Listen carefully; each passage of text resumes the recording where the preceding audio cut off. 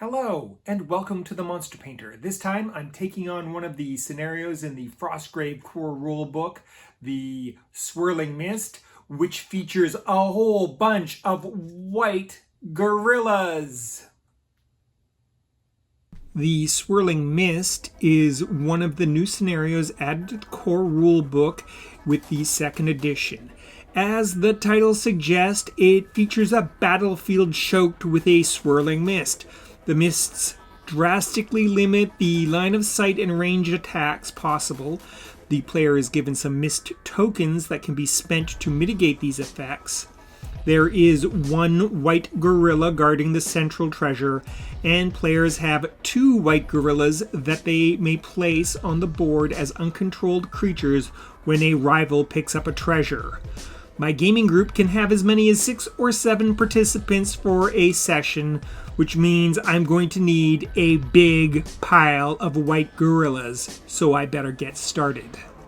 So at present, my bestiary only includes this unpainted Reaper Bones Yeti, although I think I have another unpainted one around here somewhere, and this old plastic Marks gorilla toy that has been repainted for the job.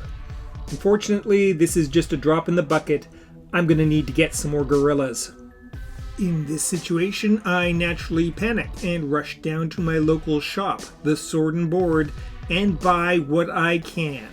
I pick up 3 pre-painted Wizkids Yetis, decent poses and pretty good paint jobs, clocking in at $8 Canadian. They'll get the job done.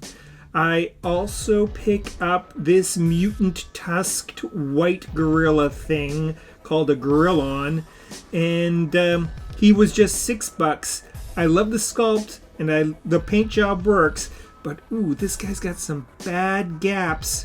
Oh well, they're off to the Swirling Mists, and yet I need still more white gorillas. This time I went to a different retailer here in town, Meeple Mart, and I got some blister packs. And starting with some Nolzur fun, it's a Barlgura. What on earth is a Barlgura? I believe it's intended to be some kind of demonic orangutan. Well, this Barlgura is going to end up being a vanilla gorilla. Next up are a couple of Metal Reaper Warlord miniatures. I'm an old guy, so I like a nice heavy model. Reaper Warlord miniatures are attached to some kind of tabletop game of their own. Kind of obscure, but the line is full of old school awesomeness. I picked up the Shaman and the Chieftain, so the growing tribe of white gorillas now has a ruling council, at least once I get them all assembled. The last blister pack is a well-priced Reaper Bones Ape Lord, an impressive tough guy. He has a pool noodle sword, but it's nothing a splash of boiling hot water can't take care of. This badass looks pretty cool. Alright then, after Meeple Mart, I returned to the Sword and Board and happened to find a bag of gorillas in the second-hand bin. It was a bit of a surprise. The second-hand bins largely reflect the market as a whole, and so it's mostly Games Workshop stuff. And there are no Warhammer Gorilla factions, so I wasn't expecting to find any gorillas there. These are by Impact Miniatures, and they were designed for some kind of zany American football game, something like Blood Bowl, but not Blood Bowl.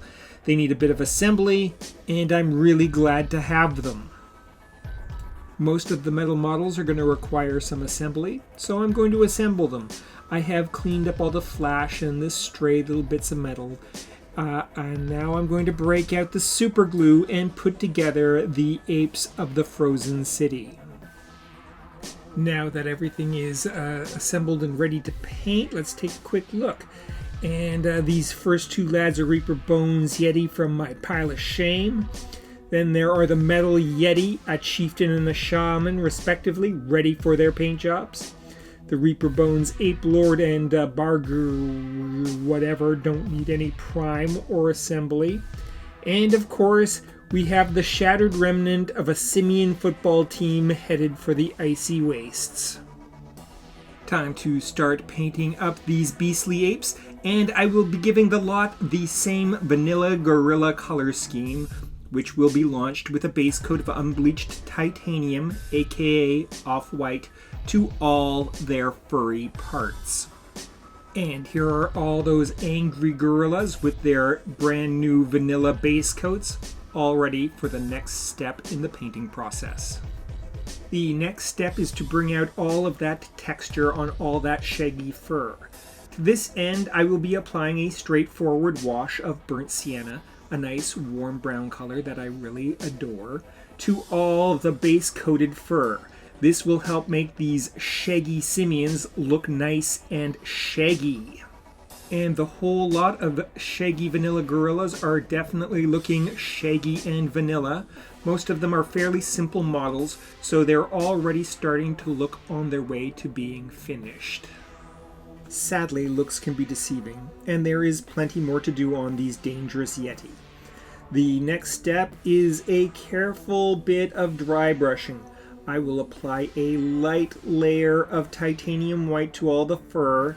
This will help bring out the textures and highlight the sculptural forms of the miniature. The next step is to base coat all the fleshy, furless parts of our fearsome gorillas. The amount of furless flesh varies from model to model, but they all have some on their hands and feet and around on their faces. I will be applying a mixture of violet oxide, a deep cool red color, and portrait pink as the base coat in this step. I'm aiming for a pale flesh, which I think benefits a white gorilla. And now, onto one of those steps that I really enjoy. Dry brushing a layer of portrait pink over top of the fleshy parts we just base coated. I really enjoy this step because it's where it feels like the models are really starting to come alive. And yep, our mob of dangerous winter apes are really starting to come alive. Of course, now comes the time to start fussing up all those little bitty details. So yes, on to the details. First, I will paint in their big toothy mouths with a bit of quinacridone crimson. This is a beautiful deep red color, and I like using it in monster mouths. While his mouth dries up, I will break out the magnifying lens and the tiny little brushes and paint his mean little eyes a nice bright red. Now that the mouth is all dried up, I will be adding a touch of medium magenta to the monster's tongue. It seems that all of these yetis and gorillas are vocalizing for some reason. Next, I will carefully apply titanium white to all his nasty pointy teeth so that our yeti friend will be ready to dine on those tasty adventurers when the time comes. Finally, I will add a tiny dot of yellow to the red on the eyes. This will give the models some inner fire and make them look suitable scary for the tabletop scenario that they are heading to. Alright, the boys are looking quite far along at this point. However, I have finished the portion of the project where I can get away with batch painting these beastly apes, and now it's time to look at their individual details. These 4 mighty white gorillas are basically done. I just have to finish up their bases and they will be table ready. The other 6 all have individual details that I will have to sort out before they're ready to be sent into the Swirling Mists. And to that end, I apply some undercoats and fuss up the details until they're more or less ready to face the wizards searching for treasure in the frozen city. And now for the glamour shots of our dreadful vanilla gorillas. And I have to say I'm very pleased with these white gorillas. Despite having a variety of models produced by 3 different companies, the color schemes give them a nice sense of unity. They all look like they belong to the same species of creature, and maybe even the same clan. They are ferocious, angry, and eager to tear apart those rascally wizards who have dared to enter their domain looking for treasure and arcane knowledge. In fact, I think they look so good together that I may have made myself a dangerous-looking unit of heavy foot soldiers for the game Dragon Rampant. But these ferocious white gorillas weren't painted for Dragon Rampant. They were painted for the Swirling Mist scenario from the Frostgrave core rules. I host a monthly game of Frostgrave at the Sword and Board here in Toronto, Canada, and while attendance this month was light, it's hard to convince people to spend a beautiful August evening fighting toy soldiers in a dank game store basement. As a result, not all the vanilla gorillas hit the table, but the ones that did pulled their weight, and we had a fun, exciting game as a result. Of particular note, this mighty ape lord and chieftain of his clan killed and injured a couple of soldiers before being devoured by my opponent's ice-toed animal companion. This white gorilla showed up accompanied by a wild boar, and while the gorilla performed okay, the wild boar really created havoc on my opponent's rear flank. Finally, this gorilla menaced my wizard, and only by summoning up a zombie at the last moment was she able to escape a dangerous confrontation. Naturally, I had a great time, and I'm already looking forward to next month's game. Hey, Sarge. What? Why are those white gorillas wearing football padding? I told you. The same reason anything happens in these godforsaken haunted ruins. Crazy wizard shit. Crazy wizard shit.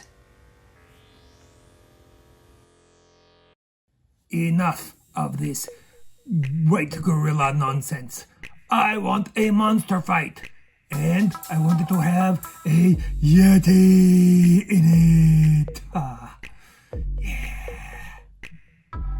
Today's match pits a gorillon who's made in China. A gorillon is a four-armed mutant gorilla indigenous to the steaming jungles of Chult, Versus the yeti, who is 44 of 65. A yeti is a folkloric creature from the Tibetan Plateau and a classic cryptid. And now we let the dice speak. Yep, exactly what I was expecting.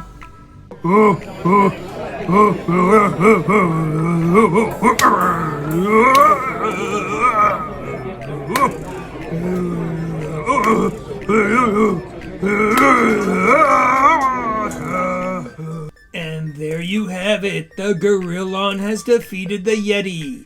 Fiction triumphs over folklore. I'm gonna make some Frostgrave terrain out of this grubby, old dollhouse. Remember to like, Comment. subscribe, and ring the bell. Ring the bell.